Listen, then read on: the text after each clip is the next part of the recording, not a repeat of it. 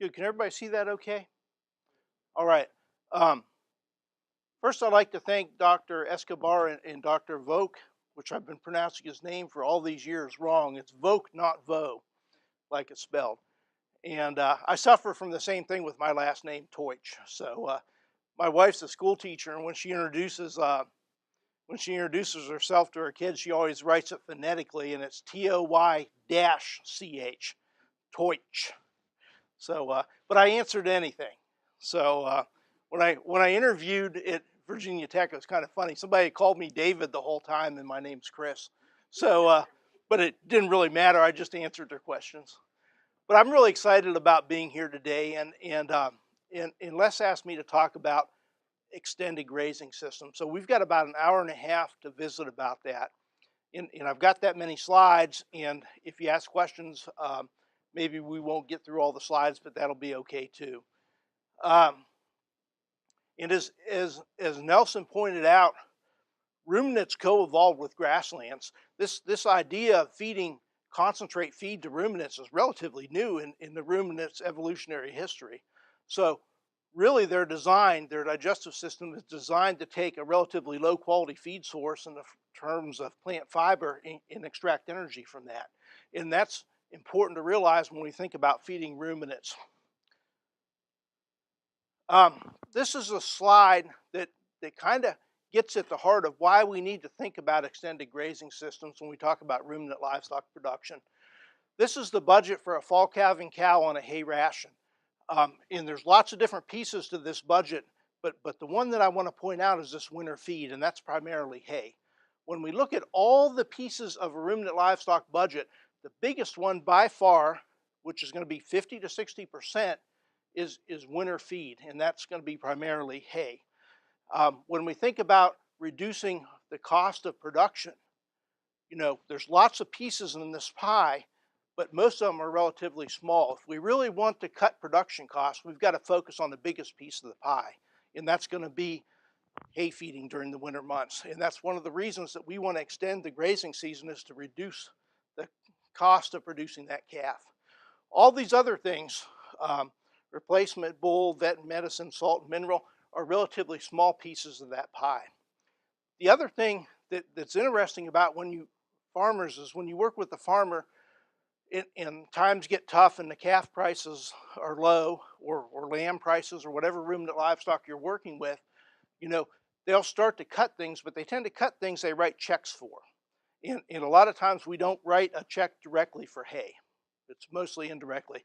And things we write checks for, like a replacement bull or vet and medicine or mineral, you know, whenever we start to cut back on those programs, we open ourselves up to risk within that system. And so really what we need to be focusing on to improve profitability is this big piece of the pie, that hay feeding during the winter months. This is kind of a simple diagram, but it gets a really important point across. And that point is that the good Lord gave us some really efficient forage harvesters. And it's up to us to utilize them as much as we possibly can. They replace a tractor in a hay baler, in a rake, and they even fertilize as they go along.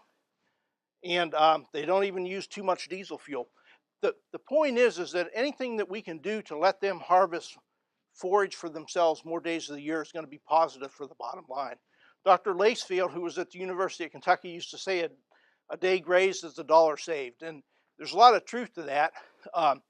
Generally speaking, the first extra grazing day is going to be the biggest savings. And as we get towards the last extra grazing day, it's going to diminish a little bit. But generally speaking, we're going to save about $1 a day if we can graze rather than feed a conserved forage in a grazing system. So what needs to be in place? And if you have questions as we go along or comments, please just ask them. What needs to be in place to get started with an extended grazing system? And there's several things that really need to be in place. And the first one is not something you can buy. It's your attitude. So don't extend your grazing system if you don't want to. You've got to want to do it. Don't do it because Les tells you to do it, or I tell you to do it, or your NRCS person tells you to do it. You've got to want to do it. If you go into this and say, well, this is never going to work, you know, what's the chances of being successful? Pretty slim. And you are going to have problems, and you're going to have too much rain and not enough rain, and this and that. But if you've got the right attitude, you just kind of find your way around those problems. And so attitude is absolutely critical. Do it because you want to do it. You got to have some kind of controlled grazing system in place. We also call these rotational stocking systems, management intensive grazing systems, but somehow you've got to be able to control grazing, and water's key to that. In these NRCS programs that we're talked about this morning, that's probably the most important part of those NRCS programs, is getting water in pasture so that we can manage grazing. And NRCS has some great programs, especially for beginning farmers. With controlled grazing, we're managing two things. We're managing residual height of that pasture, and that's a whole nother topic, but we're managing how close those animals graze that pasture, and then we're managing how long those pastures are rested between grazing events. And that can dramatically impact the productivity of that pasture. When we switch from a continuous to a rotational stocking system, we're going to increase productivity on average about 30%. So that's a huge switch, huge increase in productivity just due to a management switch. We also increase the drought tolerance of pastures, and we don't talk enough about this. But what we do to the top of that plant impacts what's below the soil. So when we overgraze the top of the plant, we're reducing the size of that root system below the soil.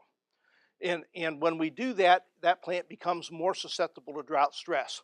One of the first things that people notice when they switch from a continuous to rotational stocking system is that pastures tend to grow longer into drought stresses and come out of drought stresses faster.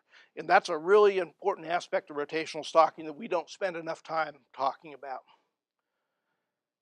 The other thing that rotational stocking does is increase nutrient cycling within pastures. So we're leaving some residue for the microbes in the soil to work on. And we're also creating habitat for those microbes by not grazing the pasture down to the soil surface. And we're also getting an improved distribution of dung and urine within that pasture. So when we subdivide one big pasture into smaller pieces, we get a more uniform deposition of dung and urine within that grazing system. And that's really a resource within the grazing system that we don't talk enough about. But grazing management has a big impact on how well we distribute that resource.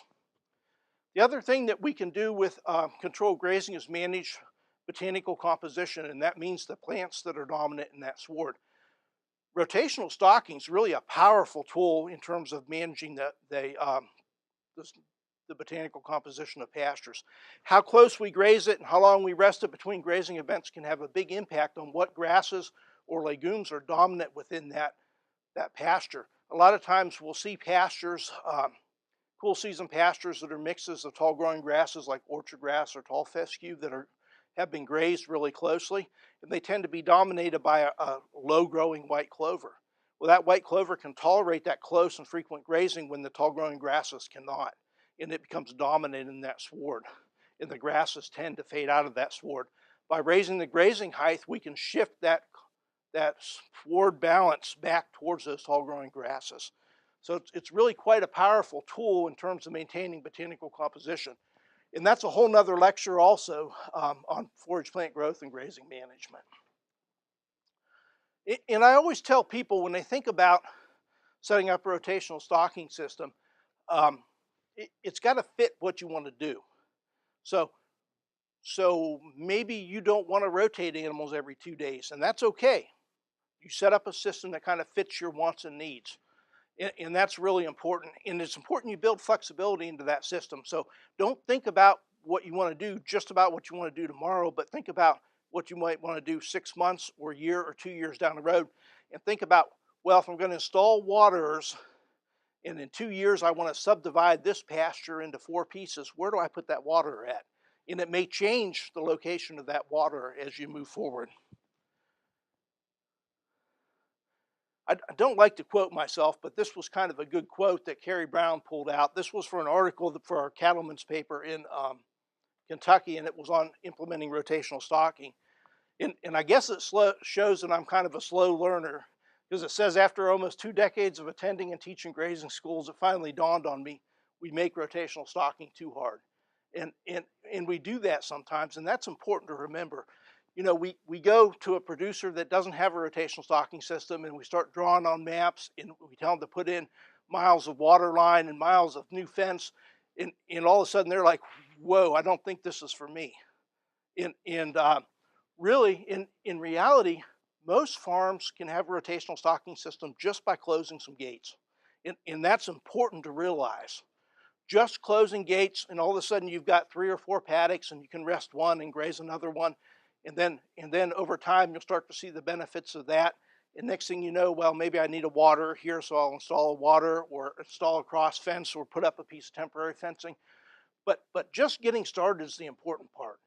And just closing some gates can really make a big impact and implement rotational stocking, even a very simple system to get started. So if you all have questions, please ask them. All right. The next thing in terms of getting started with an extended grazing season is soil fertility. And this is really, really important. We can't make something out of nothing. If we don't have good soil fertility to start with, we're kind of behind the 8 ball. So what we want to do is we want to start at a reasonable level of soil fertility. And that base level is really important in implementing an extended grazing system. And generally speaking, we want to be in the medium to medium plus soil test range. And we want to have a pH of 6 to 6.4, and that's going to encourage improved legumes in our pastures. And then again, we need to remember that when animals graze in a grazing system, one of the most beautiful things about the grazing system is that they redeposit, 80 to 90% of the nutrients that go in the front end of the animal come out the back end. And that's really important, and we need to think about how we manage those deposited nutrients in terms of dung and urine on those grazing systems. And that, again, that's where rotational stocking comes in. Next thing we need to do is set a sustainable stocking rate. And that's really, really important. I can't emphasize that enough. If we don't have the right stocking rate set, and the stocking rate is the number of animals over the entire grazing season. If we don't have that right, then the whole system is going to crash and burn if it's too high. We won't be able to supply forage, and animal performance will decrease. And our production costs will go up because we're going to have to import feed into that grazing system. If we have it too low, then we tend to lose money because we're not optimizing animals per unit land area. So what's optimum? In my experience in this part of the country, when we think about a stocking rate for a cow-calf operation, we need to be somewhere between 2 to 3 acres per cow-calf unit. And I always encourage people to start at a little bit lighter stocking rate, and then you can start to build it up over time. So if you start with 3 acres per cow-calf unit, you're going to be able to have the opportunity to extend that grazing season. As your grazing management improves and your pasture productivity improves, then you can start to increase that stocking rate towards 2.5 or a little over 2 acres per cow-calf unit.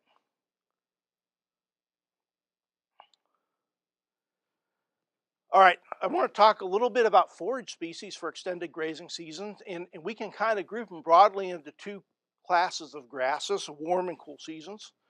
Our cool season grasses are going to have optimal growth or optimum photosynthesis in the leaf blade of the grass at around 70 degrees Fahrenheit. When we start to increase above 70 degrees Fahrenheit, the efficiency of cool season grasses decrease. They tend to be more digestible and higher in crude protein, and they tend to have a longer total growing season in this part of the country. Our warm season grasses don't reach optimal photosynthesis until 90 degrees Fahrenheit. So they're going to grow during the summer months when our cool season grass growth is limited by high temperatures. They tend to be a little bit less digestible and lower in crude protein. They're more efficient at using nitrogen, but they tend to be a lot more drought tolerant in grazing systems. And they're much more efficient at using water, and that's important for both irrigated and non-irrigated systems. Warm season grasses will, on average, produce about twice as much dry matter per unit of water used compared to a cool season grass during the summer months. So you're going to get a lot more growth per unit of water used during the summer months. And that's important in both rain-fed and irrigated systems, especially irrigated systems, because you want to get the most growth out of your warm season grasses. Dr. Escobar?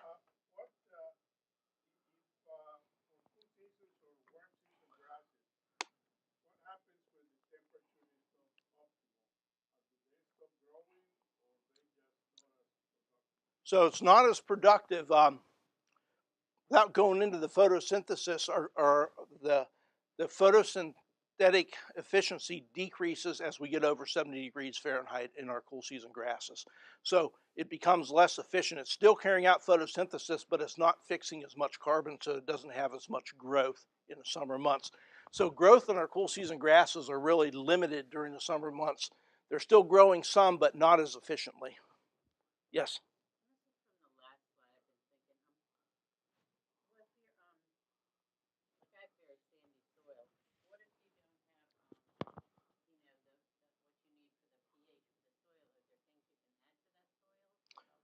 Yeah, and I don't know, are you going to talk about that, Les, in your presentation? So Les will talk a little bit, but generally speaking, when we talk about designing a soil fertility program, which is another lecture all in itself, the first thing that I always tell people to adjust is soil pH, because when we adjust soil pH, we make all the other nutrients in the soil more available to the plant.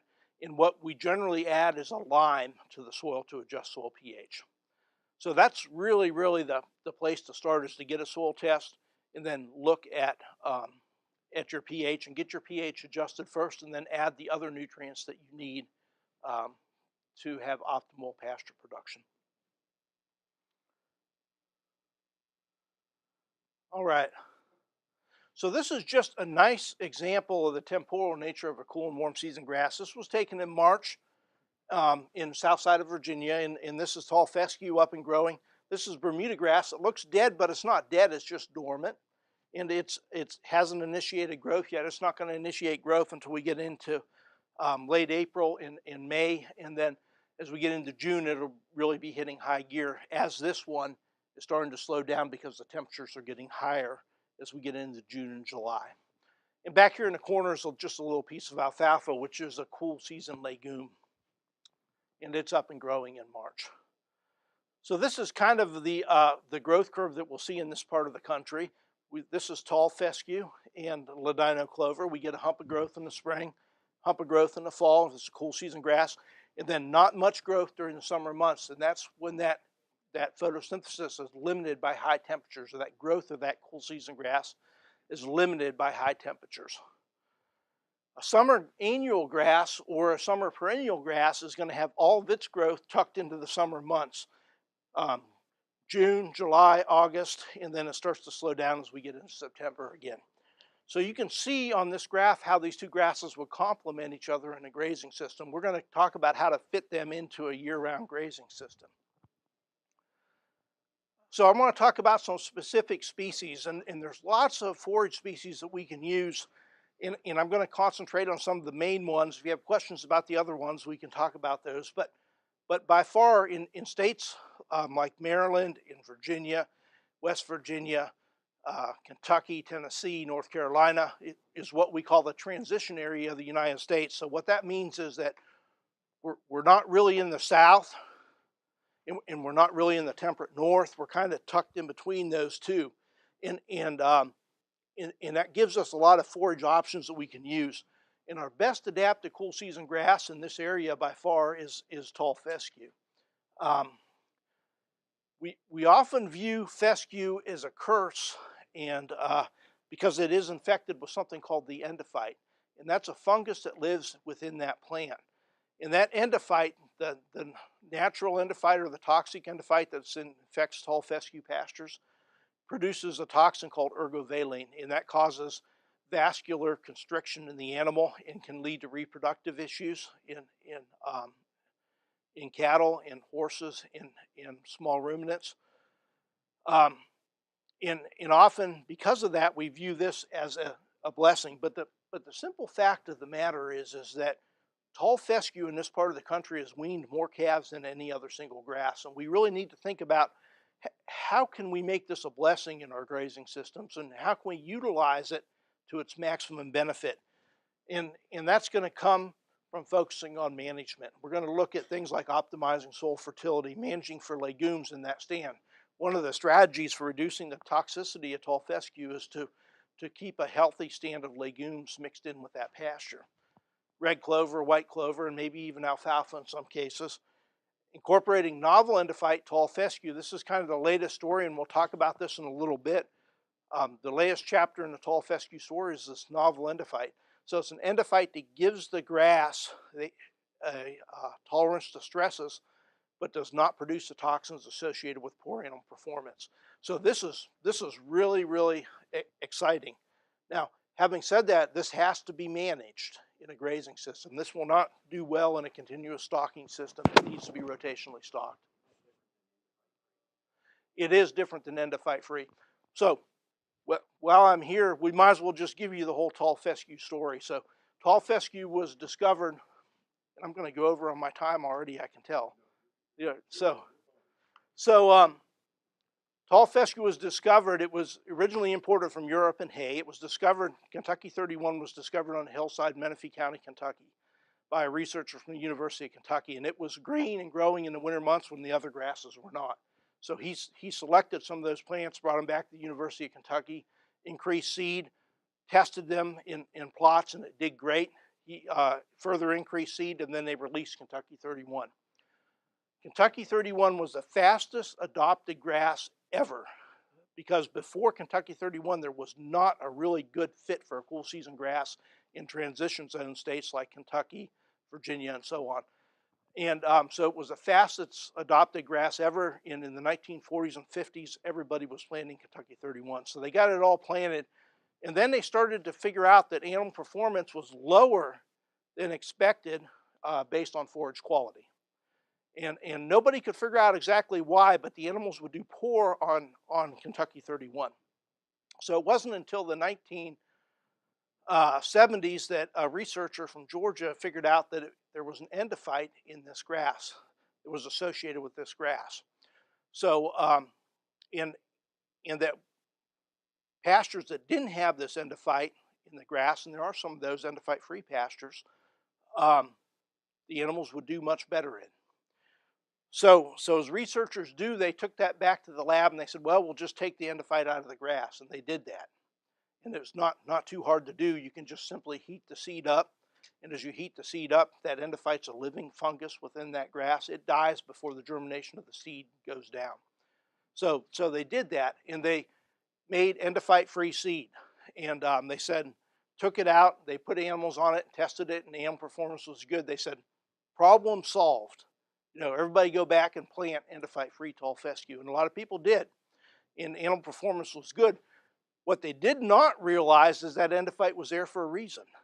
That gave that plant increased tolerance to stresses. So it has a mutualistic relationship with that grass plant. It increases its tolerance to stresses, both abiotic and biotic stresses, insect damage, grazing, drought stress, and so forth. When they took that out, they made that grass plant weaker. And so people planted endophyte-free tall fescue, but it didn't persist. And that's kind of where we were at until we figured out that there were what we call novel or friendly endophytes. And those give that plant increased tolerance to stresses, but it doesn't produce that toxin that's associated with poor animal performance. So that's kind of where we're at now. And again, as I said earlier, when we use a novel endophyte tall fescue in a grazing system, we've got to manage it better. And the reason why is the animals don't get any negative feedback when they're grazing in the summer. So with a toxic endophyte tall fescue, animals would eat it, but they'd feel really bad. They'd feel sick. They were running a low-grade fever on it. And that caused them not to graze it as hard. That feedback is not present in novel endophyte tall fescue. Yeah, if I could, in your folder, and you don't have to pull that right now, when Dr. Bolt set this project up, we do have some endophyte free and some novel. We have seen some differences. We'll talk about that in the deal this afternoon. Okay. All right. So where are we at here? Oh, we got a question here. So if you're managing traditional fescue with legumes, are they getting enough of the legumes to prevent the toxin and enough of the fescue to prevent I've got a real nice slide on that, but it's not in the not in this presentation. And the answer is legumes help for sure. But so say this was the performance on a toxic endophyte pasture. Legumes would be here, and novel endophyte would be here. So it does help increases forage quality, and it dilutes the toxins. But the toxins are so potent in tall fescue, they're potent in parts per billion. Not parts per million, but parts per billion. So adding legumes helps, but it does not solve the problem. So you're better off with a novel endophyte rather than trying to incorporate legumes, if that's an option for you. Dr. Escobar? So the question is whether the endophyte persists in the hay, and the answer is that during the curing process, the toxins produced by the endophyte break down, so they're not completely stable, but they can still be present at lower levels within the hay. And we saw a real bad case in Virginia probably about 10 years ago. A lady had bought some tall fescue made in the fall, and she was feeding it to miniature horses. I don't know why she had miniature horses, but they were little tiny things. And she had like a dozen of these brood mares, right? And she was having terrible problems with foaling. And long story short, I ended up going up to look at the situation, and she said, I just purchased this orchard grass hay. And I said, well, I got good news and bad news for you. I said, the good news is this is the most beautiful tall fescue hay I've ever seen in my life. It was green and dry and cured well. And I said, the bad news is it's tall fescue hay. And we tested that hay, and it was very high in ergodalkaloids. And that was causing her foaling problems with horses. Horses are especially sensitive to ergodalkaloids. So the answer is it's decreased most of the time, but it still can be present in hay. Baleage does not decrease ergodalkaloids as much as curing for dry hay. So that's important to remember too if you're making baleage in your system. All right, one of the strongest and I feel most underutilized attributes of tall fescue is stockpiling for winter grazing. All stockpiling is saving that fall growth for grazing during the winter months, and we're going to see that today at the demonstration farm. That's a really important aspect, and this is one of the easiest ways to extend grazing in this part of the country with tall fescue. This is actually outside of Blackstone, Virginia, and this is almost in mid-February of 2010. I was out at the farm, and it snowed and crusted, and the tall fescue, this sward was 16% crude protein and 60% TDN. Almost always stockpiled tall fescue is going to be higher in forage quality than most of the hay that we make, and that's important to remember, and that's one of the advantages of stockpiled tall fescue. It costs less than hay, but it's also higher in nutritional value than most of the hay that we're feeding beef cows in this part of the country.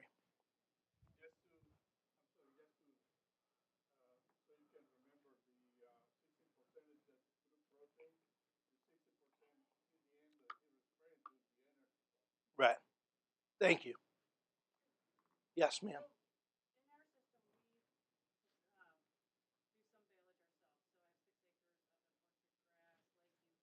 Mm.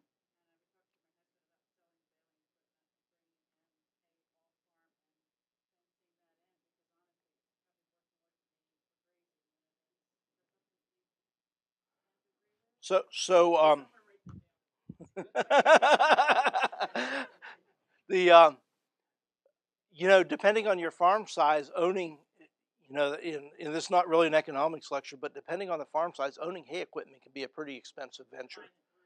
And yeah, so and you've got the fixed cost of that equipment. So when you buy a piece of equipment, you've got to write that check for that equipment every month. If you take a loan for it, every month, whether you run it over 1 acre of pasture hay land or 500 acres of hay land. So that fixed cost can kill you on small acreages. And so in most cases, if you've got 30 or 40 cows or 50 cows, you may be better off to buy hay than make your own. It's a pretty inexpensive to buy hay if you really add the costs up associated with producing that hay. every ton of hay has got about $35 worth of nutrients in it. So nitrogen, phosphorus, potassium, calcium, magnesium, sulfur, and when you look at those, the value of those nutrients. So when you buy a ton of hay, you're getting the feeding value of that hay, but it's also like they're giving you a little coupon back that says here's some free nutrients that are coming with that hay.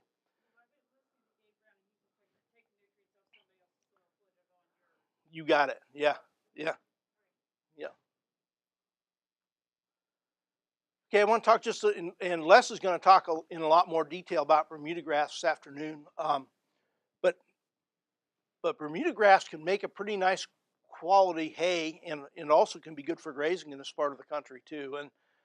And it's well adapted to transition states like Kentucky and Virginia and Maryland. I was absolutely astounded at how much naturally occurring Bermuda grass there was in western Kentucky when I got there last January. I hadn't expected that. I knew there was a lot in Southside Virginia, but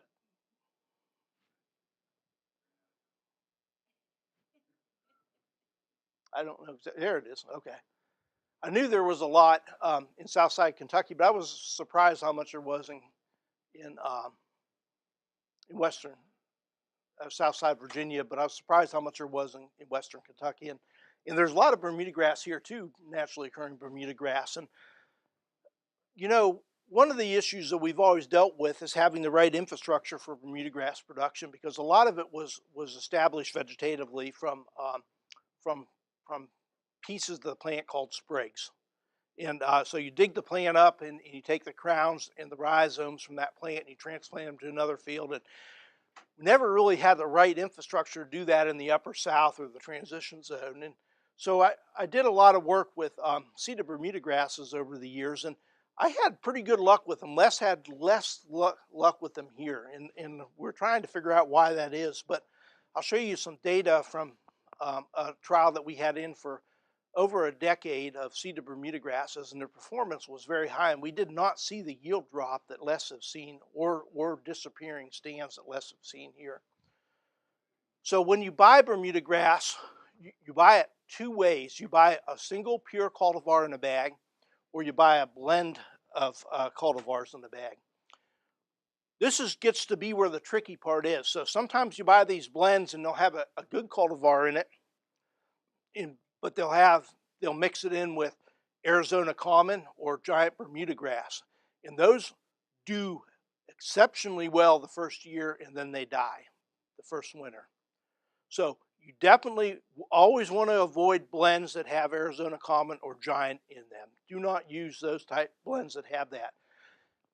The tricky part about the blends is they give them a trade name. So it could be a fancy trade name like Ranchero Frio, and it could be a blend of 3 cultivars this year, and then next year it has the same trade name, but it's 3 completely different things in that same bag.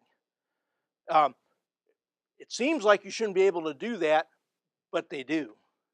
And so it's really important when you buy a blended Bermuda grass to look at that seed tag and figure out what is in that bag of Bermuda grass, and make sure there's no giant and no common in it, and make sure the varieties that are in it are well adapted to where you're trying to grow them at. They're on the seed tag.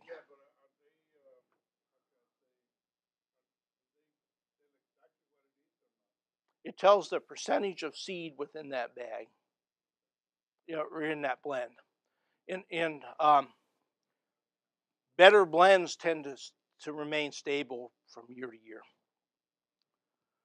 So this is some long-term data. This is a summary of data from 2001 to 2008. And as you see, the production is relatively consistent across years. And in this trial, we had at the research station in the south side of Virginia, 50 miles southwest of Richmond. We had this trial in for over a decade, and the first year we had some varieties that had significant cold injury in them. But we think that seed was contaminated with giant Bermuda grass, so it did well that first year. Then that giant Bermuda grass thinned out, and then the second year it really came on strong. We can see some of these varieties that had significant cold injury.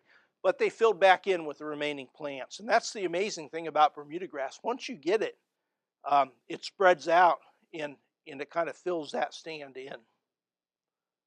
So long-term production was good. I mean, six tons to 7.5 tons, depending on the variety, over this period of 2001 to 2008.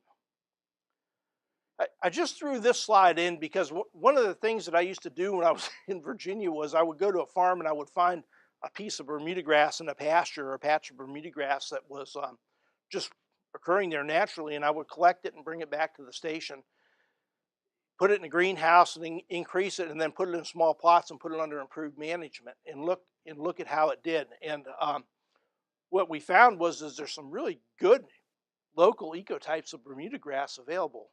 And the reason I'm showing you this is if you already have some Bermuda grass on your farm, maybe you don't need to go to the expense of sprigging or seeding it. You just kind of change your management to favor the Bermuda grass in that stand. This one jailbreak was from a Southampton County Jail in southeastern Virginia. This was from a farm kind of north of the research station. This was from the research station, Spayreck 1 and 3. And as you can see, they did well under improved management. Now, not all my selections did well. I didn't put those in, the ones that were real dogs, but there are some real dogs out there that don't respond to management. So what we call common Bermuda grass, there's really a wide range of ecotypes that are present on farms.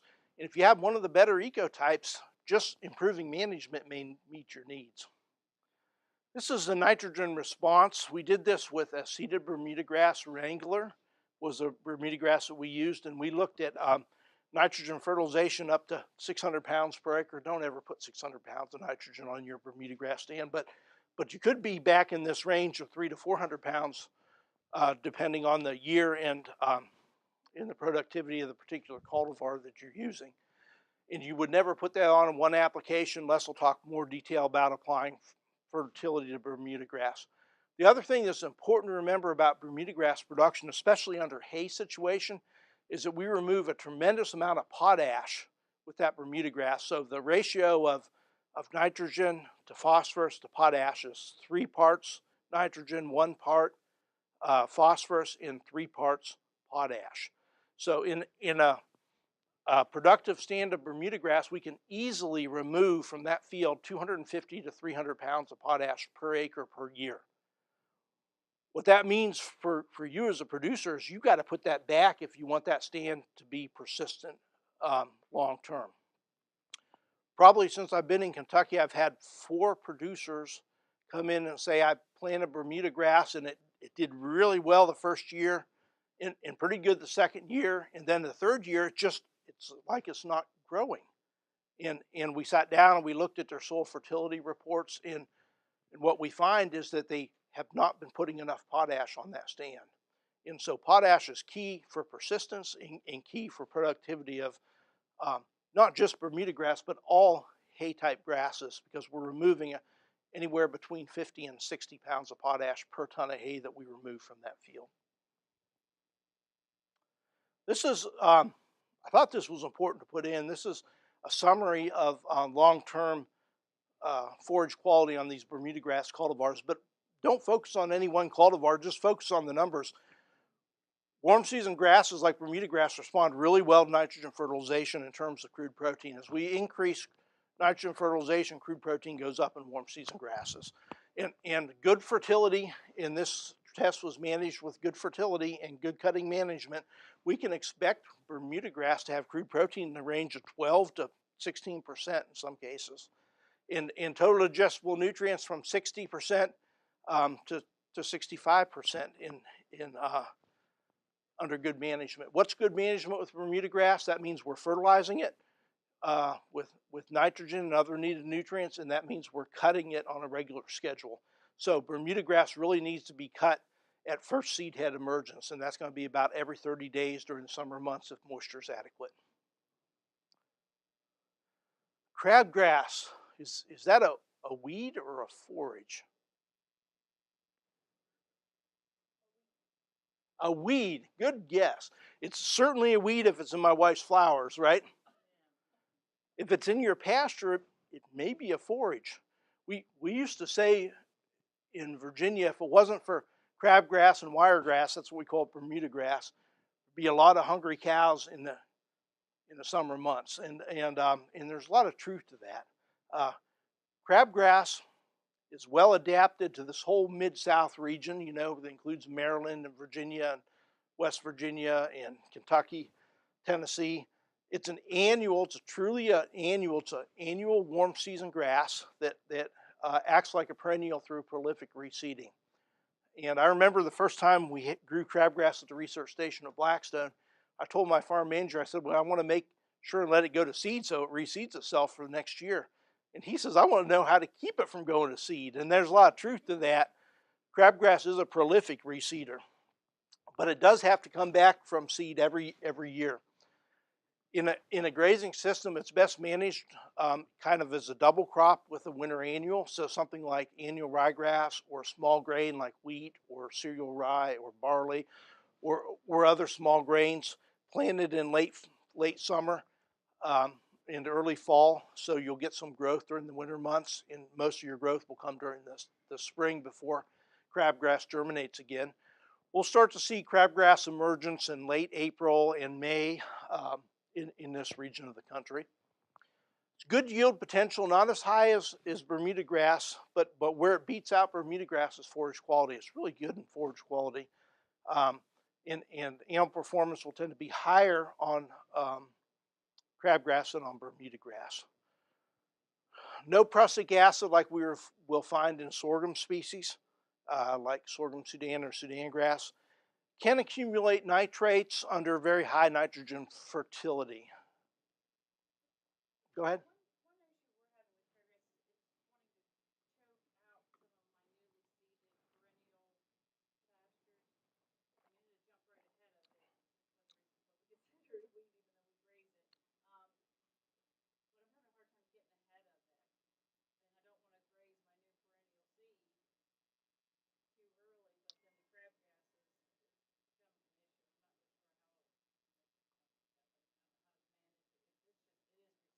When are you seeding your perennial cool season patch?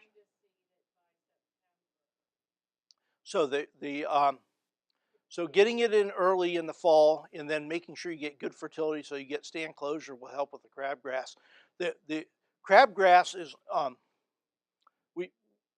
we often talk about it taking pastures over, but it doesn't really take a pasture over. It's more of a species of opportunity, and so it looks for an open space in the pasture. So if you graze a perennial pasture like an orchard grass or tall fescue pasture really hard and you kind of open that sod up, if you get a 6-inch spot, crabgrass is going to grow in there. And so it kind of fills in where we give it an opportunity. If we have a healthy tall fescue pasture or an orchard grass pasture in this part of the state that has a nice dense stand, we're not going to get crabgrass and it's not going to grow. It doesn't have space. Yeah. So one thing you can do, how are you seeding? Are you using a drill or a?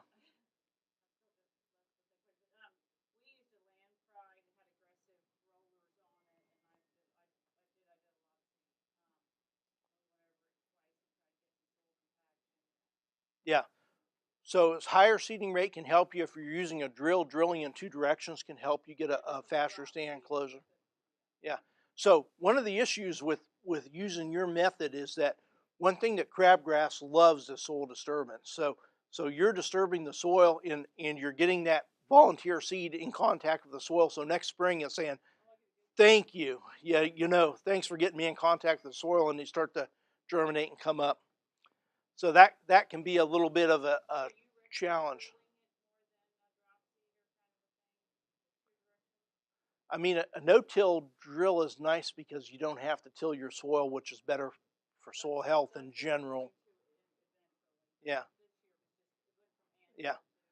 And the other recommendation is get it in as early as you can in the fall, and don't spare fertility on it. You don't want. Sometimes people will seed a cool season grass in the fall, and it'll struggle because it's nitrogen deficient.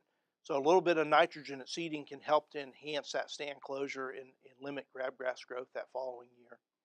So And then fertilize your stand in the spring before crabgrass germinates. So as we get into late February, early March, get some fertilizer on that stand so those seedlings get up and get stand closure and help shade the crabgrass out. We did a demo a number of years ago comparing a no-till seeder with the overseeder, and you can see to the line the soil disturbance with the overseeder. Thank you. We had a tremendous amount of weeds. With the straight no-till, virtually no weeds. Yeah.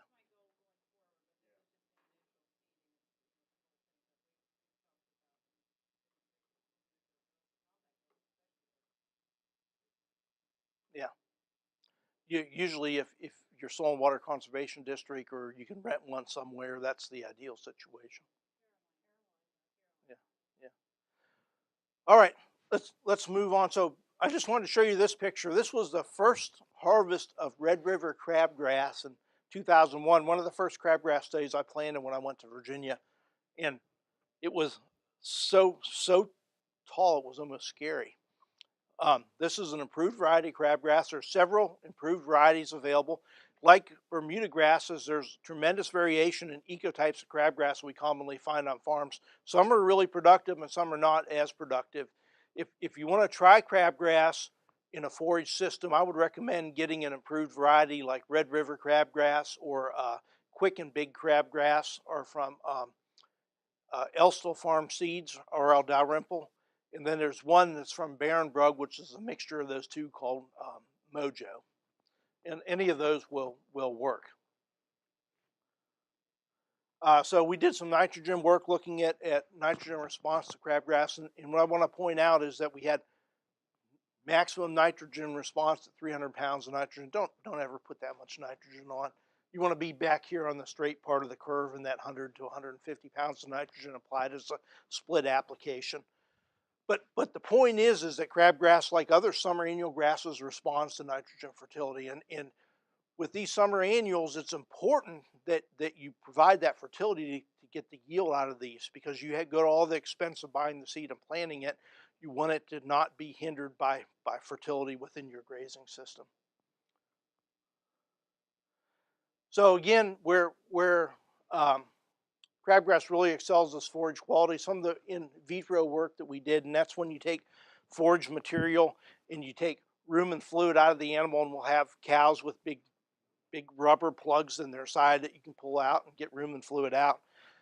And you look at what the microbes digest when you put that forage material in that rumen fluid, and we had 75 to 90% digestibility, in vitro digestibility, so very high digestibility with crabgrass.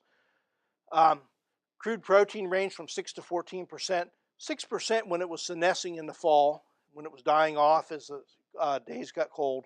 But in season, we commonly got 12 to 14% crude protein, so good crude protein. And again, sensitive to nitrogen fertilization. This was a summary of work that R.L. Dalrymple did at the Noble Foundation over several decades, and he looked at stocker cattle performance on crabgrass. When he had medium quality crabgrass, he got unsupplemented gains on stocker calves of 1.85 pounds a day. So good animal performance. Better quality crabgrass, could push up to 2 to 2.25 pounds a day without supplement on crabgrass. So quality is good with crabgrass.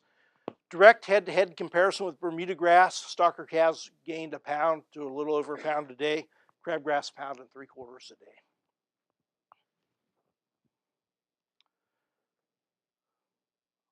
I might get thrown out of the state of Maryland for even mentioning this, but I'm going to mention it. But I'm going on the record right now saying I do not ever recommend somebody plant Johnsongrass. But sometimes the good Lord gives you lemons, and you got to make lemonade out of it. And I like to call it Perennial Sudax instead of Johnsongrass. It is a sorghum species. And it spreads both by seeds and also by tillage through rhizomes, getting stuck on tillage equipment, moving from one field to another. Commonly found on old dairies. I mean, it's almost impossible to find an old dairy that doesn't have some Johnsongrass on it somewhere. Thrives under hay management. So when we start to cut hay, we'll actually increase that Johnsongrass. Johnsongrass likes defoliation and then rest between grazing events. And when I was in Virginia, I worked with the prison system a lot. unbeknownst to most people, prison system of Virginia had the largest cow herd in Virginia. And we worked in the south side of Virginia with one of the prison farms, and their hay fields had just become inundated with Johnsongrass for that exact reason. It just likes that type of management. And so so they had to make a choice. The choice was that we really go into a row crop and try to eradicate that Johnsongrass, which they could do with our Roundup Ready technology of soybeans and corn now. But the question is will it stay Johnsongrass free? And the answer is probably no. It's going to really knock the Johnsongrass stand back, but it's probably going to come back over time as we go back into the hay type management. Or we could just start to manage those fields for a summer hay crop, and that's kind of what they chose to do. And so they started to fertilize for that Johnsongrass. They started to really cut it aggressively in the summertime at the right growth stage, and it really produced a lot of pretty high quality hay in that system when it was managed. Now, again, I wouldn't recommend people plant it, but it's kind of utilizing something that you might already have on your farm. Where we don't find Johnson grass is in continuously stocked pastures. Yep. So if you are rotationally grazing it, are you going, because it likes that defoliation, are you only going to Tend to increase it in pastures under rotational stocking because you're defoliating it, then you're resting it. And that's one of the frustrating things for people that don't want Johnson grass and they start to graze those pastures rotationally. We tend to increase Johnson grass presence in those pastures during the summer months.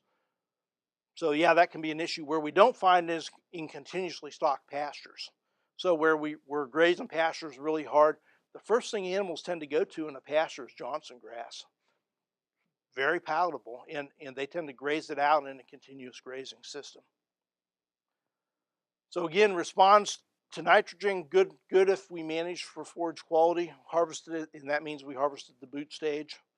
Can have prussic acid. Prussic acid is formed under severe drought stress, but most of the time, the biggest danger of prussic acid formation, which can cause poisoning in livestock, is at first frost, and that's when we just need to get animals off those pastures. So when those cells rupture, they release the precursors for prussic acid formation, and those plants can be very toxic for several days after a frost. And generally, we tell people to leave animals off of those pastures until those leaves that have got frosted dry out. And generally, you're safe after about a week or so. I just threw this in because it's kind of interesting. This is from the Noble Foundation in Oklahoma, and they rated the nutritive value of different warm season grasses. And look what's on the top of the list: Johnson grass. So that's kind of interesting. Forage quality can actually be pretty good with Johnson grass. I want to change speed a little bit and talk about some improved summer annual varieties that we use more commonly, and those would be the sorghum species, which would include sorghum-sudangrass and sudangrass, and then pearl millet. And I will show you some work. We've been doing work with these for about a decade in Virginia, looking at both the yield and the quality of these species. So we had variety trials ongoing since the early 2000s, but it wasn't until 2009 that we started to really look more closely at the digestibility of these different varieties of summer annuals. And this is some results from the first harvest of the summer annual variety trial in 2009. We had 20 some varieties in there, but if I put all 20 on the slide, you can't read anything. So I chose 2 of the top yielding, 2 of the middle yielding, and 2 of the bottom yielding ones. We had a forage sorghum, a sorghum-sudangrass, pearl millet, sudangrass, and sudangrass. Some had what we called the brown midrib trait, and some did not. So what the brown midrib trait is a mutation inside that plant, and it causes the midrib of the leaf, so this structure right here, to be a brown or a tannish color. That's a phenotypic expression or an outward expression of something that's different within that plant. And what's different is that plants with the BMR trait tend to have lower levels of lignin. Lignin is a compound that makes plant fiber less digestible in the rumen of the animal. So generally speaking, having lower levels of lignin It's going to increase digestibility of that forage plant and increase animal performance. So some had this and some did not have this trait in this particular trial. I'm going to go back one slide. And so when we looked at yield of these varieties that we had here at the first harvest, we had a big range in yield difference, 3,800 pounds to 6,800 pounds at first harvest. When I got the data back from the lab on digestibility, I said, well, for sure, those ones that yielded 6,800 pounds are going to be our least digestible varieties in the trial because they just had a lot more biomass production, they were more mature and so on. So when we started matching these up, lo and behold, some of the ones that yielded the most were also some of the most digestible in the trial. So the digestibility ranged from 54 to 74%. And some of the ones that yielded the most at that first harvest were some of the most digestible. And it kind of got me interested in this relationship between yield and digestibility of these summer annual varieties. And so we started to look at that over the years. And the first thing I want to point out is that when we had the BMR trait in a variety or we didn't have it, did impact the digestibility. This is averaged over all the varieties in these trials over the years. So we separated the varieties into non-BMR and BMR. When we had the BMR trait there, we had consistently about a 5% increase in digestibility of that forage material, which is significant. It's going to cause an increased animal performance in those varieties. And this impact of the BMR trait was consistent over the years. So we got all this data and with just tons of data, thousands of data points over the years, yield for each harvest, digestibility, ADF, which is acid detergent fiber, neutral detergent fiber, crude protein, total digestible nutrients with estimated energy, in vitro true digestibility, neutral detergent fiber digestibility. So I put all these in spreadsheets and I give them to people and they'd look at it and they'd say, yeah, that's real nice. And then that's the last time they'd ever look at it. It was just too much data for people to kind of comprehend. So one of my goals was to try to take this data and put it in a way people could visualize what I wanted them to see from this data. And we came up with this graphic, this graph that illustrates the impact on yield and digestibility and the relationship between those two. So what we did was we took the yield for each year of the trial and we indexed it against the average. So 0 on this graph would be the average yield for this trial. And then we could rank our varieties as either being above average in yield or below average in yield. We did the same thing for digestibility. So 0 would be the average digestibility in this trial. So varieties were ranked either above average or below average in digestibility. We did this for each year of the trial. This was for 2009, the first year, and this is averaged over the entire grazing season. And then we could divide this graph into 4 quadrants. So we have varieties that have below average yield and below average digestibility down here in the left-hand lower quadrant. Those are varieties we probably don't want to put into a forage program. They're kind of dogs, okay? And then we had on the right-hand upper quadrant varieties that had above average yield and above average digestibility. Those are varieties that we might want to consider putting into a forage program. So we went through there, and each year I keep a little chart like this, and these are all varieties that performed above average in yield and digestibility in a given year. And when they have an X, that means they were above average. So we start to see these varieties that have 3 or 4 X's on them, and that means they performed well in multiple years, in multiple weather conditions, in terms of both yield and digestibility. And those are varieties that we really want to start thinking about putting into a forage system when we have that multiple years of above average performance in both yield and digestibility. And we've tracked these varieties over the years and kind of kept track of their performance. Want to share, is there any questions on that? I know that was a lot. So,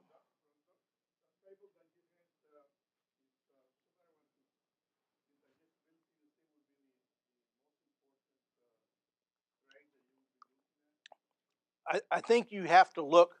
So I think the take-home message from this table is that you've got to look at more than digestibility and more than just yield. You've got to look at the combination of both on the individual variety for individual varieties. So when you select seed and somebody's trying to sell you a seed, ask them for digestibility data along with their yield data. That's really the take-home message. And you want something that's going to be a good performer in terms of yield, but also a good performer in terms of digestibility. And those varieties are out there. You just have to figure out which ones they are. And that's kind of what this table tells you. All right, I want to share just the first year. I moved to Kentucky last January, so I've been there 1 year. And I had a graduate student start in March, and she did a summer annual diversity study that was kind of interesting. So we looked at the impact of 3 diversity levels in summer annual mixtures on not just the animal, but we looked at the soil and then the plant and then also the animal performance. I'm going to show you just the beginning data of that she's starting to come out with. So we had a monoculture, so no diversity, a BMR sorghum-sudangrass, and that was a good performing variety from Alta Seed. And then we had a simple mixture, and this would be all things that we could get at the local co-op. So BMR sorghum Sudan, we mixed in some pearl millet, and then we had a soybean mixed in with it, and we used a forage type of soybean from Eagle Seeds that tends to have more upright growth and tends to be leafier than a more traditional soybean. All right, so a simple mixture, and then we had a crazy mixture. We had sorghum Sudangrass, pearl millet, soybean Sudangrass, crabgrass, sun hemp, annual lespedeza, cowpeas, rape, radish, and corn in this mixture. So just anything we could find, we kind of threw into this mixture. And amazingly, when we looked for all these species within the mixture, they were there. I mean, they were there. I'm not going to show you the botanical composition, but generally speaking, even this mixture had the 60% of it was the sorghum Sudangrass in that mixture. So that's Kelly Mercer. She grew up on a dairy farm in Wisconsin, extremely hardworking graduate student. We about killed her with this study this summer. She was clipping samples every week, moving cattle twice a week in this particular study, and it was hot out. We got great stands, and then she wasn't done when she clipped the samples. She had to take them back to the lab and separate them into each of the individual botanical components. So that mixture that had 9 or 10 different species in it, she was separating into each one of those species before she dried those samples and ground them. This was the performance. We managed the study with strip grazing, so we started at our water source. This wasn't ideal, but it was kind of the pastures that we inherited. We had a water source on one end, and then we stripped away from that water source. And so as we went through the period, you can see the biomass tended to increase. And the biomass was fairly similar for each of the species diversities. So we didn't see a big advantage in terms of total biomass production. All 12 species were again present. We can see a little bit of a soybean in here, and then also a what was this one? Cowpea, yeah.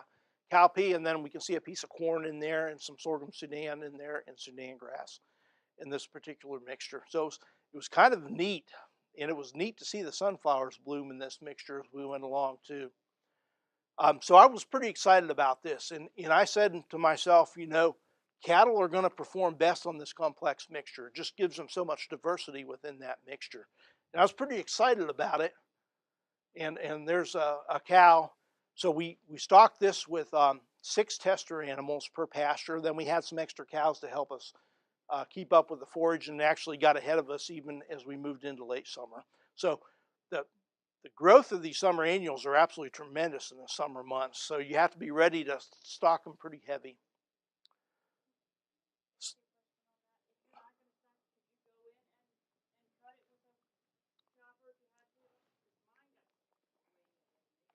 Yeah, and if your stocking rate's not high enough, one of the management tools would be go in there and harvest some for conserved forage. And then animal performance decreases. And we did see that towards the end of the season. Animal performance did tend to increase as they got more mature.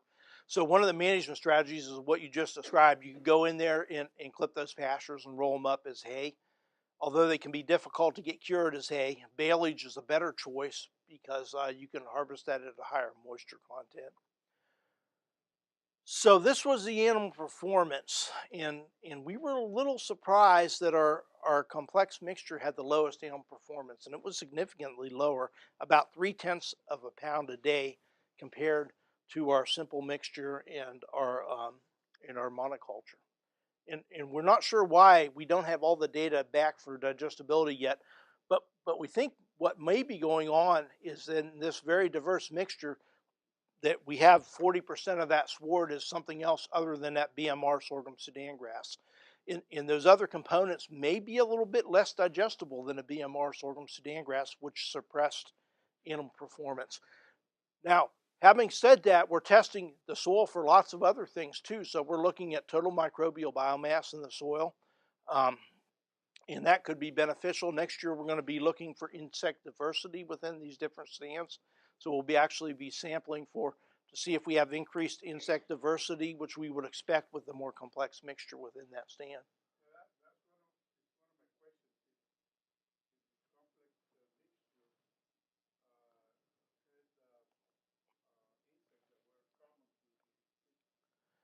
I think I think they will, but we weren't able to sample this summer. So next summer and the next summer following, we'll be sampling both ground dwelling insects and also flying insects within these stands. All right, I know I'm running out of time probably. How? Okay. I want to talk just a little bit about where summer annuals fit into grazing systems at. And they can be a challenge because their growth is so prolific during the summer months, so stocking at a high rate to utilize that growth is kind of important, and that's something you got to consider when you're going to use a summer annual, because they're growing inches per day in the summer months if they've got adequate moisture and good fertility. So where do they fit in forage systems? And one of the places may be a weaning system for fall-born calves. So when we're in the tall fescue belt, and tall fescue is our primary forage, one of the challenges of a spring calving system is that we calve these animals out in the spring, and then we're trying to rebreed them during some of the hottest part of the year, and that heat is compounded with tall fescue toxicosis from the ergovaline, and we tend to have lower conception rates as we push breeding seasons into the summer months. So one of the ways to get around that is to use a fall calving system where we actually rebreed those animals in the fall during cooler time of the year. So those calves are being born in November and then weaned in June sometime. So one of the things that we did in Virginia with our Cattlemen's Association was a backgrounding system where we actually brought animals from different farms together, put them in kind of a dry lot situation, fed them free choice hay, and then they got a supplement, which was a commodity type pellet. And we targeted an average daily gain of about 2.25 pounds a day. And that cost producers on average to participate in that program about $2.25 a day to participate in that program. Summer annuals could provide a better weaning system or a more cost-effective weaning system for these fall-born calves. So we'd wean them in June and then put those calves onto summer annuals and let them graze those summer annuals. The cost of grazing those summer annuals will be about $1 a day versus $2.25. So a summer annual weaning system might kind of look like this. We'd plant as soon as we got our soil temperature to 60 degrees in the spring. They'd be ready to graze by early to mid-June, depending on the year and the growing conditions. The cost of production and utilization of an acre of summer annuals is going to be between $150 and $200 in most cases, depending on fertility and seed costs and so forth. So one of the things that I did when I kind of I'm going to show you some numbers. And I went back and I looked at summer annual production and all these different variety trials that we did over this 11-year period. And we looked at minimum yield and maximum yield and median yield and so on. And what I want you to focus on is this line. If we look at the median yield of these summer annuals, we're producing somewhere on average in terms of dry matter over this 11-year period of 6,800 pounds of dry matter with good management on these. If we convert that into grazing days per acre, it's about 225 grazing days per acre. And the cost per grazing day is around 90 cents. So we're going to use those numbers in these calculations I'm going to walk you through now. So the average production we're going to use, I just rounded it off to 6,500 pounds. We're going to say we get a 50% utilization rate. So that means that 50% of that standing biomass in the field is going to find its way into that animal's stomach. Some's going to get trampled and wasted. So we said 50%, so that's 3,250 pounds of dry matter per acre. It's going to find its way into that animal's stomach. So these calves are going to be grazing, and we kind of were pretty conservative and said a little bit higher. Their dry matter intake is going to be about 15 pounds a day on these weaned calves. And that's going to give us about 215 grazing days per acre for this calculation. The cost of grazing day was going to be $200. That's our production cost per acre for the summer annuals divided by 215 grazing days. It's going to be about 93 cents per grazing day. So we did use the higher end of the cost estimate for this calculation. The data that I didn't have from Virginia that you really need to do this calculation is animal performance on these summer annuals. So this was a study done in Texas. I use a lot of summer annuals in the Texas panhandle. And this looked at several different varieties over several years. And what I want you to focus on is the average daily gain from all these varieties in year combinations was 2.6 pounds a day. It's a little high. I would tend to use a lower number for my calculation. We're going to use 2.25 pounds a day. So if we assume those calves are going to gain about 2 to 2.25 pounds a day with good quality brown midrib summer annual forage. The other thing we need to know is the average price for those calves that we're going to be selling. So I went back and I looked through records from the Virginia Department of Agriculture over a 10-year period from graded feeder calf sales, and we found the medium and large ones at 500 pounds sold in June would be on average $1.59 a pound. If we looked at medium and large ones at 650 pounds in August, so 60 days later, they would be on average $1.45 a pound. So as a calf gets bigger and we sell it later in the year, we're going to take a hit on the price per pound, and that's what we call the slide. So if we looked at that slide, it's $1.59 minus $1.45 or 14-cent slide by marketing those calves 2 months later. Okay, we're going to assume 215 grazing days per acre, daily cost of 93 cents. And then we're going to assume that you use reasonable agronomics. So that means you fertilize the summer annuals and then you graze them a little bit, graze them with rotational stocking. So let's do the calculations real quick. So if we sold the calves at weaning, that's 500-pound calf in $1.59 at weaning. That's going to be a net return to land, labor, and risk of $795. What this calculations don't have in them is marketing and transportation costs, so you have to figure those in. So if we sold those calves after backgrounding for 60 days, they're going to increase in size, but our price per pound is going to be lower, and those calves are going to be worth $921 per calf. If we look at the difference between $921 and $795, it's $126 that we increase the value of that calf by keeping an additional 60 days. But that's not our return because we don't have our production costs of the summer annuals in there. So when we take our production costs for the summer annuals out of that $126, it's going to cost us 93 cents a day for 60 days, so it's $56. We're going to increase the value of that calf by $70 per calf. If we turn that into an acre basis and we're stocked at about 3.5 calves per acre, we're going to look at the return of using those summer annuals for this weaning system is going to be about $250 per acre. So just think about that for 1 minute. So what can you do in that time period of April till August that's going to return $250 per acre? There's not a lot of enterprises that will do that. So there's some real value in these summer annuals and backgrounding calves on these. What's important to remember is sensitivity to changes, and it's important to remember that economic outcomes are going to be sensitive to changes in both input costs, so what it costs us to use these summer annuals, and then what we sell those calves for. And I kind of came up with this spreadsheet. It's an interactive spreadsheet that I made, and it's available on my Google Drive, and you're welcome to access that, and I'll be happy to send you a link if you're interested. But if you go to this link, it'll take you to this spreadsheet.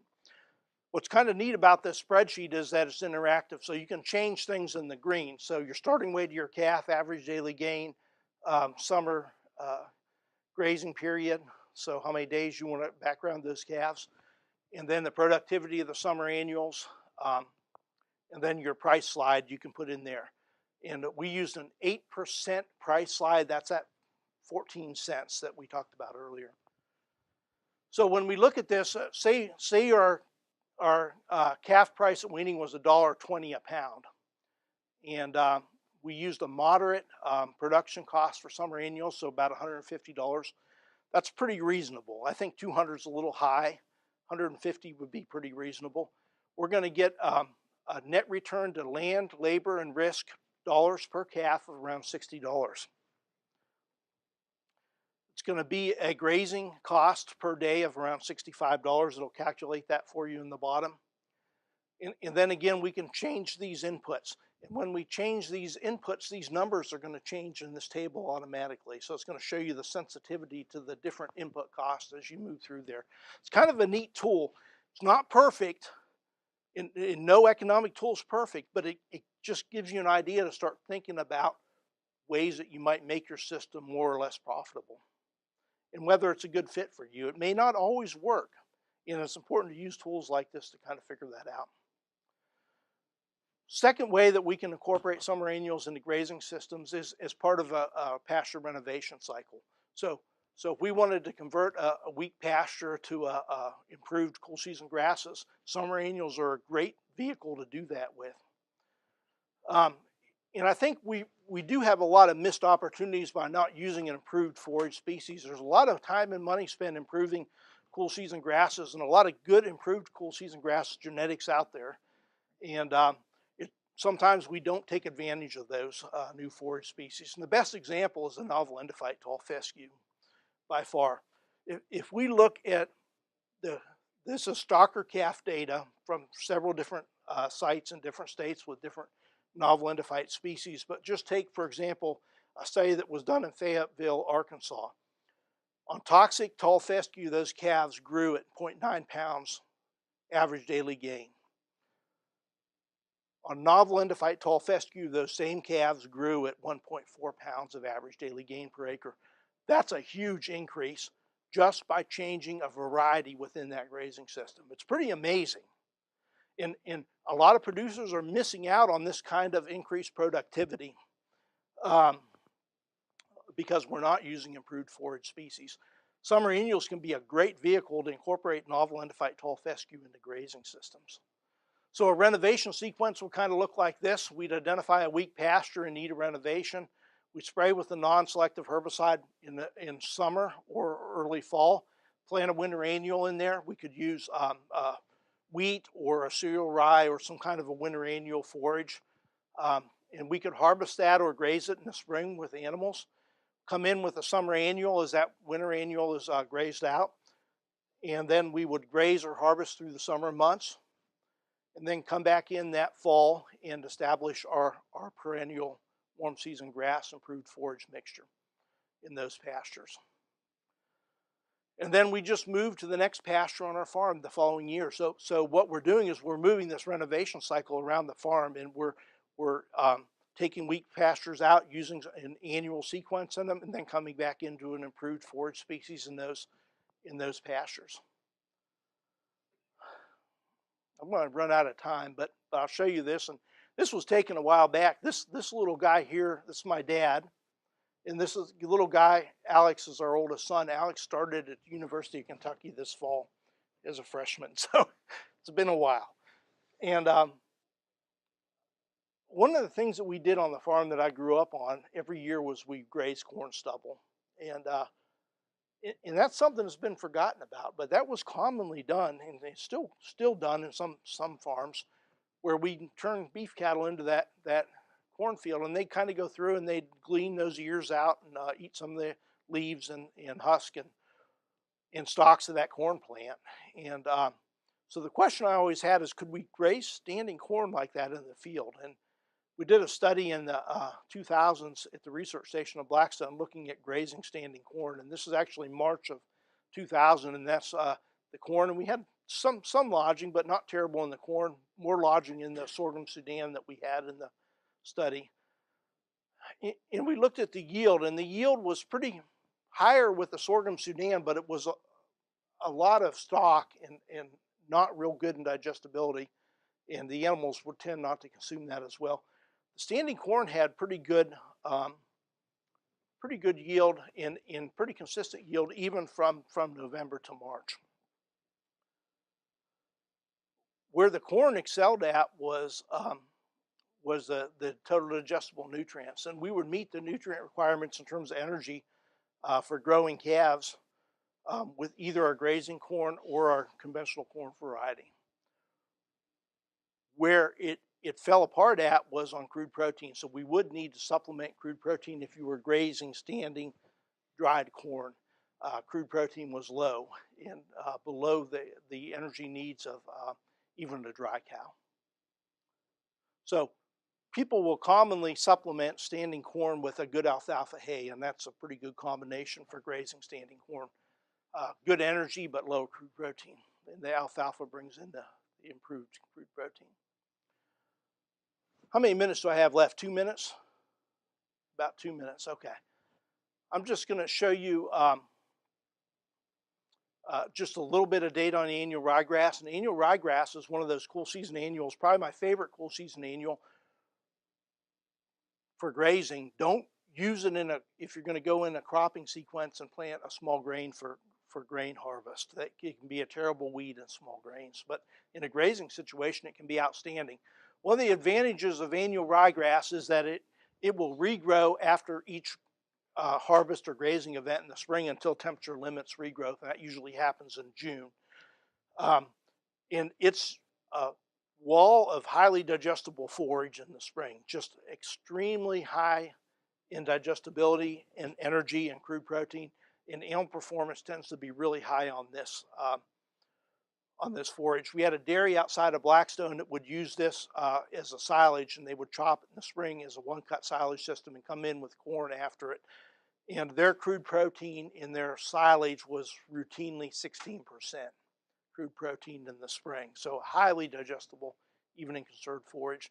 Very consistent production over the years. It bounces around a little bit, but over the years, you're looking at dry matter production in that 7,500 to 8,000 pound range, depending on the annual ryegrass variety. Marshall's probably the longest and one of the oldest varieties available. It's good cold tolerance and still good animal performance. Guys, I think since I'm about out of time, I'm going to skip ahead a few slides. So let me see here. And let me see here.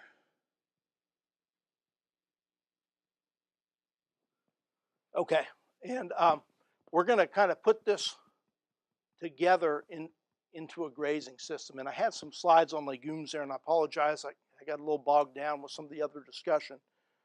But we can talk about those later if you want to. So what I want to do in this last slide is kind of put everything together real quick into a grazing system.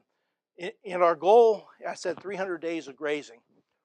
Why 300? We have an economist at the University of Kentucky, Greg Halleck, and he's looked at systems, and you know, you can never get a straight answer from an economist, right? Because he's always saying on the other hand.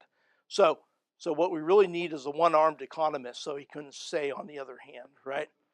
But Greg said when he looks at hay production and being able to buy hay and the price of hay, when we look at a 300-day grazing season, that will probably be one of the most profitable grazing seasons for cow-calf operations, because we can buy hay for relatively inexpensive in many cases.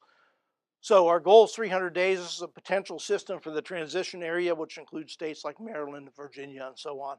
Tall fescue base are best adapted cool season grass. We get a hump of growth in the spring, hump of growth in the fall. Not much going on in the summertime when growth is limited by high temperatures. First thing we can do to extend the grazing season is simply stockpile some of that fall growth for winter grazing. That's a very inexpensive and a very good way to extend a grazing season in this part of the country, and that's where you should start if you want to extend a grazing season. Second thing we can do to extend grazing in the summer months is incorporate some kind of warm season grass. I have Bermuda grass on this, but it could be an annual in your grazing system. It could be crabgrass. It could be a native warm season grass even if you want to incorporate that into your grazing system. And then in this area where we have the Bermuda grass or a summer annual, we could incorporate annual ryegrass or other cool season annual into that grazing season and fill in, get a little bit of growth in the fall, and then most of our growth will come in the spring, and we'll kind of fill some of these gaps in the spring and forage production. And by doing that, we can really level off the seasonal distribution of forage over that entire grazing season. Now look, I don't live in a fantasy world. It's a heck of a lot easier to do this on paper than it is in the real world when we're dealing with floods and droughts. But the point I want you to take home is that we in the transition zone have a tremendous amount of tools in all these different forage species, and it's up to us to kind of open that toolbox up and get out the forage species and put them together into a system that works for us on the farm that's going to help us extend grazing and reduce our cow-calf production costs. Does require management. Just want to show you 3 slides on some resources that you might be able to use. We've just launched the new version of our forage website at the University of Kentucky, probably one of the best forage websites in the country. And it's now mobile friendly, so you can look at it on your phone and it'll look good, or your iPad. And we just launched it yesterday, was the first day. So that's available to you. Another great resource, we're recording the presentations today. We're going to post them on this website, which is KY Forage's YouTube channel. I'd encourage you to subscribe to this. When you subscribe, whenever we post a new video, you'll get a little note that says there's a new video available on this website. I would encourage you to look at this video. This was from the American Forage and Grassland Council Conference. It's a recording of this presentation. There's a special contest called the Forage Spokesperson Contest. It's where farmers get up and they take 15 minutes and talk about their farm. And that's the highlight of the American Forage and Grassland Conference. This guy was named Teddy Hughes from Georgia. He was a winner this year of the Forage Spokesperson Contest. And he talked about how he healed his farm in Georgia with grass and grazing management. Really inspiring story. And if you have 15 or 20 minutes, take it and watch this. You won't be sorry, I promise you. We've got hundreds of videos on this YouTube channel related to grazing management, so take the time and take a look at that. Variety testing program in Kentucky.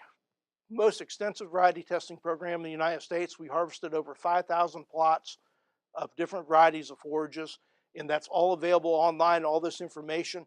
It can be overwhelming. There's so many variety testing reports on there, but there's one that you need to focus on, and that's the long-term summary of Kentucky forage variety trials. It's updated each year and gives you a long-term summary of how varieties did over multiple years.